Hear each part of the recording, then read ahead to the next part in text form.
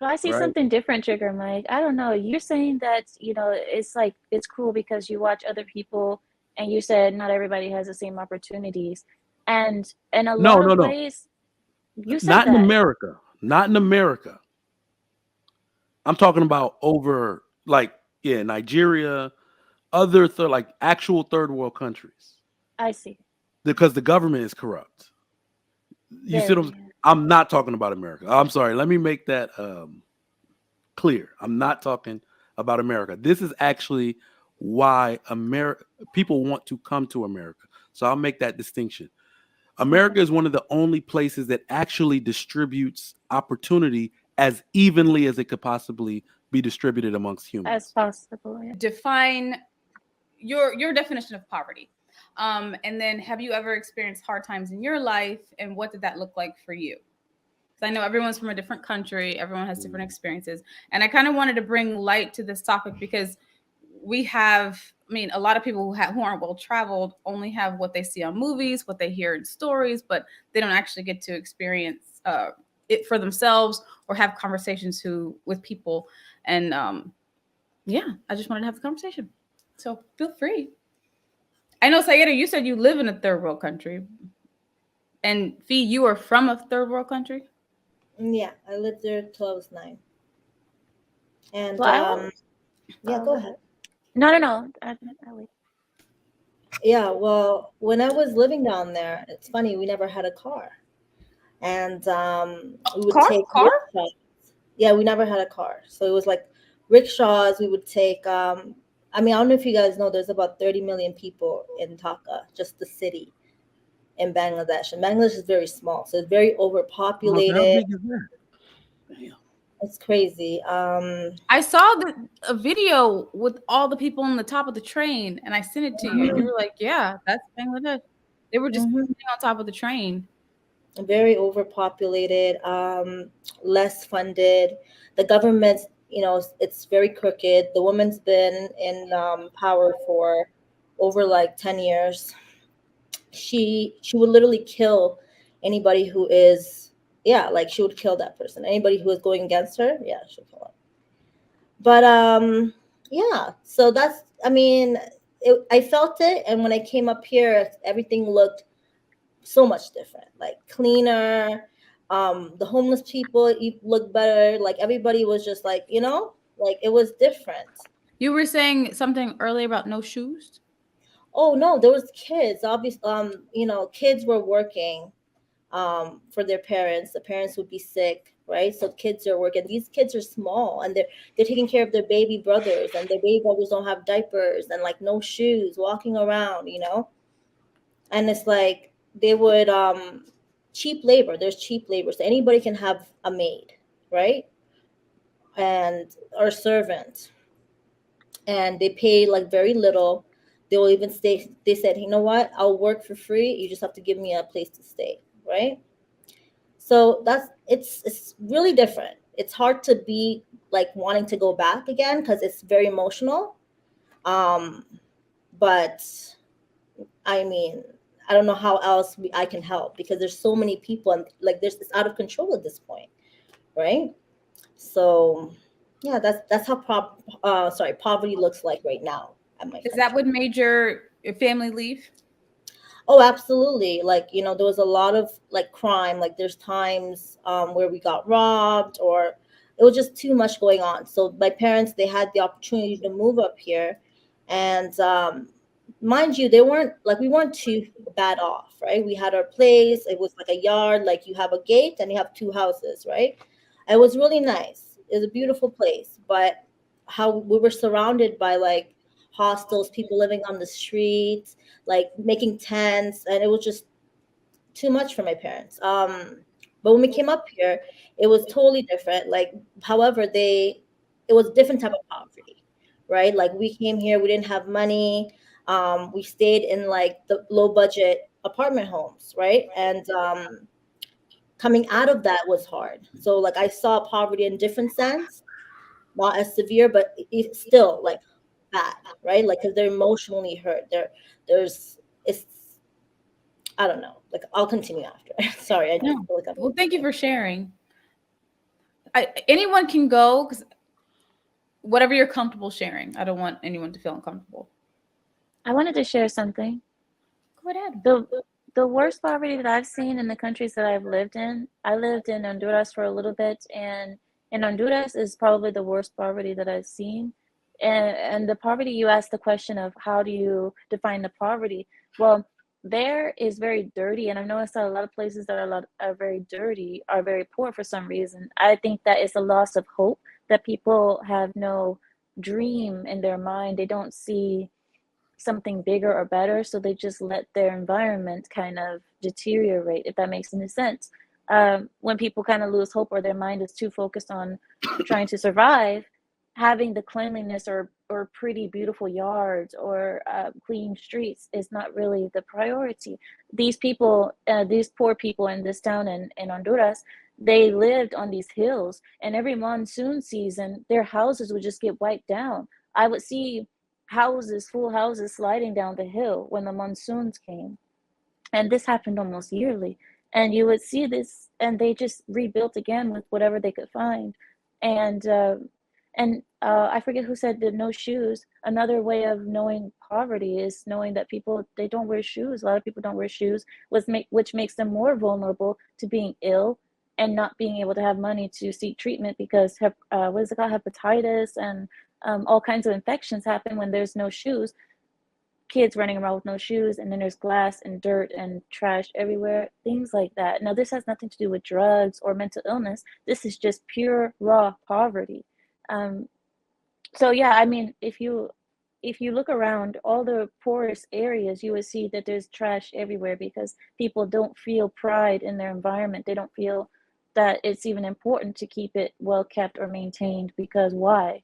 We're focusing on eating. We're not worried about the trash outside. Rich areas, of course, are mostly well cleaned, well manicured, and all of that. So that, and I guess lack of hope, is what I see in poverty. Thank you for adding that. Sayed, I know you had come off the mic. Did you? Sure. So I feel lucky just by hearing, because knowing that Miss Robinson lived that, and I've seen poverty in my country. It's a third world country, and I've seen it. But do I consider myself poor? Not really. Like, I've always had shoes. Like, I always had a house. And it was walls. It was not carton or aluminum or any other type of, So it was a smaller house, yes. But then I think my dad probably lived, those rough times with my grandparents when he was growing up, because I remember he saying that he didn't have shoes, or he only had a pair of shoes, and he used to take care of him. Like, he didn't even like to walk, from the house to school. He will just not wear the shoes because he wanted to keep them clean to whenever he get to school. So I never actually had to experience that, thank God, and my family. There are two different type of poverties in El Salvador. Actually, I will call it three, but the two main ones is absolute poverty, which is people living under $1. Dollar is our currency in El Salvador. So imagine the gallon of milk is $5, $6, $5 to $6 a gallon of milk, and they are living under $1 a day. People that have to live, like probably 4 or 5 people in the family living under $1 a day. And then we have the relative poverty, which is people under $5 a day. Same thing, same amount of people in the house, 4 to 5 people in the house. Spaces of like 2 by 2 meters, not even, it's just a room pretty much. It's very, very crazy when you see those spaces have been part of this how do you call it, it's an organization where they build houses for people. So we just do it for free. We bring all the material and we just help build them a small house in their little land. But it's probably better than the one they have, because they, like Amira said, they just try to build with whatever they can find: carton, paper, plastic, whatever. So what we do is made it out of wood, and we'll build the four walls and the roof pretty much. So when you see that, it's really rough because you feel like you're not giving them much, but for them means just a lot. It means everything. You know, they have a floor, even if it's a wooden floor, but they were actually standing on the dirt. So, you know, I've seen it, but I've never experienced that, to be honest. Saida, adding, you know what, you made a really good point, guys. Another thing that I did see, just like Saida said, I went into this lady's house. They invited us over for tea. Now, this goes to the hospitality of even the poorest people. They still were hospitable. And in Honduras, this is a Latino country. The lady invited me in. She had a rug on the ground, but when you get past the rug, it's dirt. She had pure dirt floor. It's like, how do you even keep that clean? I was thinking to myself, I have so many questions. I never asked anything, but I wanted to ask her, what do you do when you take a shower? Like, how do you walk? You can't walk barefoot in your own home. You have to constantly wear shoes. And what if you don't have any shoes because you don't have shoes to wear outside? So how do you, like, I was just so confused. I mean, just like Saida said, a floor is not mandatory.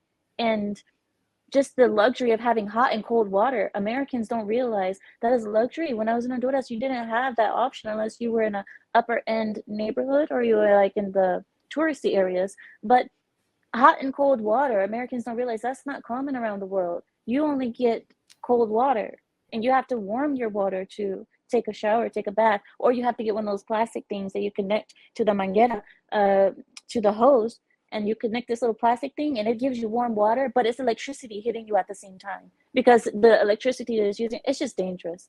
It's just dangerous. I mean, poverty comes with a lot of danger, as we all know. Yeah. And some countries, after doing some research, they don't even have that. They don't have toilets. They just have to poop on the street. There are some areas in El Like, Salvador that are like more like the countryside that they still have those big faucets. It's like cement faucets. It's like outdoors and people have to like walk away. I really don't like to go to the country area for that reason. in El Salvador, in the country. Yeah, there's some places like, hey, I go to hiking a lot. So, you know, like I go to and I see a lot of these things. But you know, people that live closer to waterfalls or volcanoes or places like this, they don't have toilets. Some people still don't have toilets. Ryan, did you come off the mic? Did you have something to add? I didn't, but I can. Oh. In my case, I've never personally experienced poverty myself.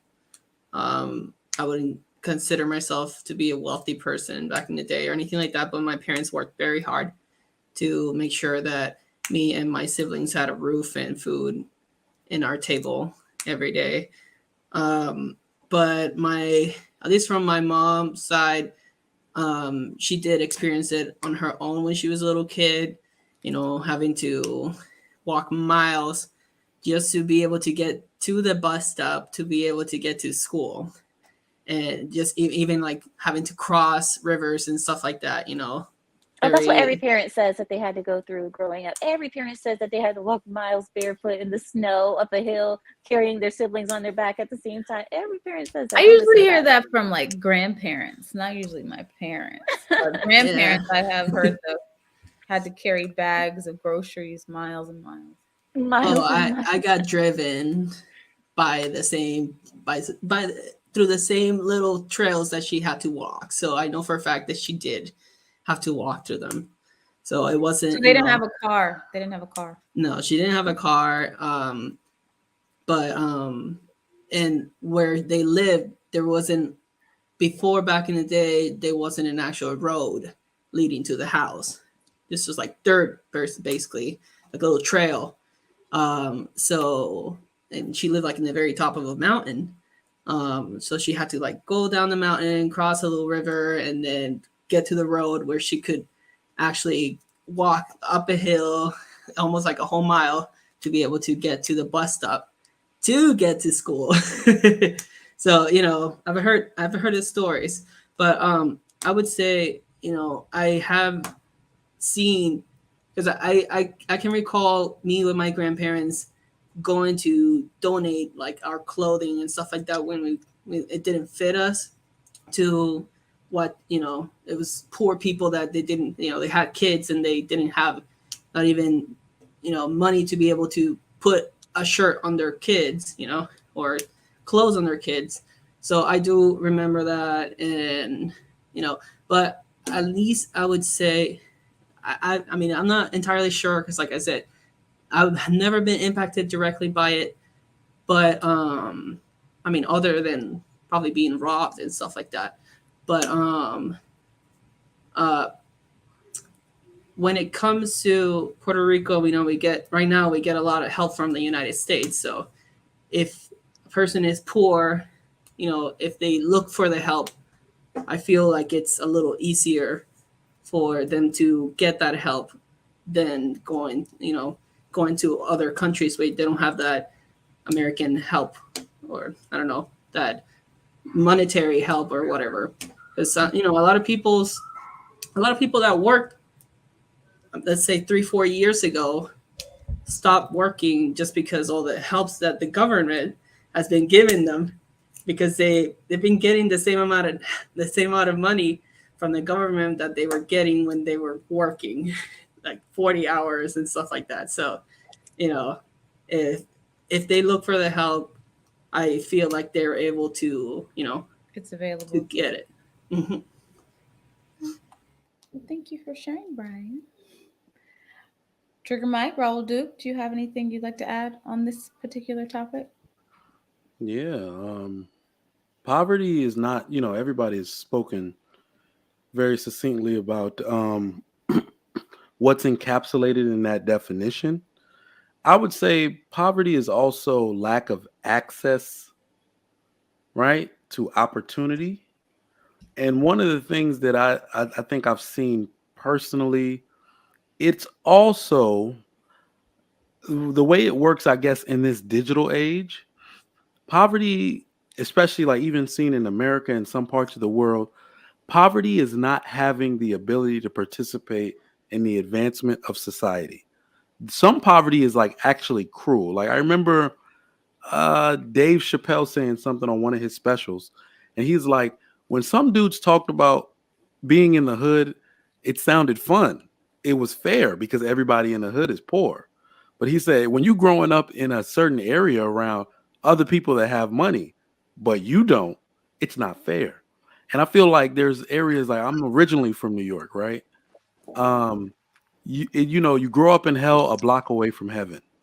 So you see all the advancement, the ability for people to go to school. You see kids going to school down the street. You live, maybe a few miles down the road, and your slum, none of that's going on. So it's very cruel almost in some areas how you can see all the advancement that society has to offer, but everybody doesn't have the opportunity to participate in it. And that's one of the things I think is very cruel about poverty. My own poverty experience, um, I'm what they call an anchor baby. Like my dad is something of legend here in the United States. Okay, this dude snuck in this country like 10 times. You couldn't tell him nothing.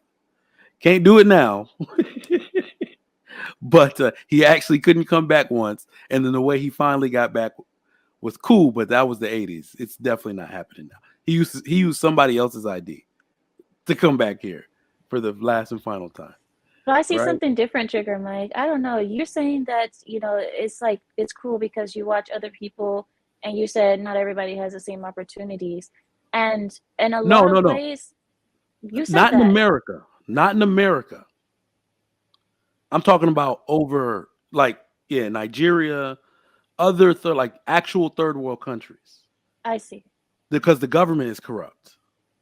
You see what Very. I'm not talking about America. I'm sorry. Let me make that clear. I'm not talking about America. This is actually why America people want to come to America. So I'll make that distinction. Okay. America is one of the only places that actually distributes opportunity as evenly as it could possibly be distributed amongst As humans. possible, yes. Everyone thinks that, oh, some people think we don't get opportunity.